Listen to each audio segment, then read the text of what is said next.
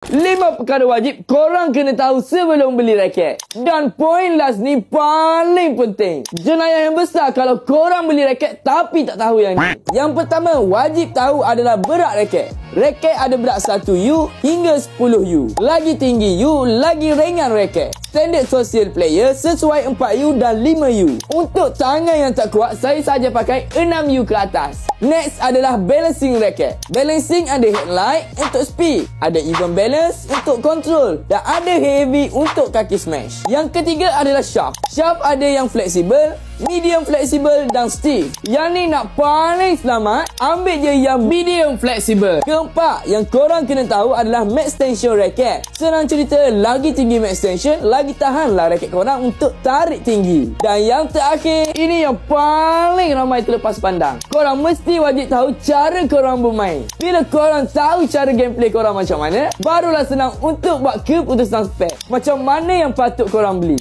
Setuju? So, sekarang raket apa yang ada dalam beg korang sekarang? Cuba komen sekali kalau berani.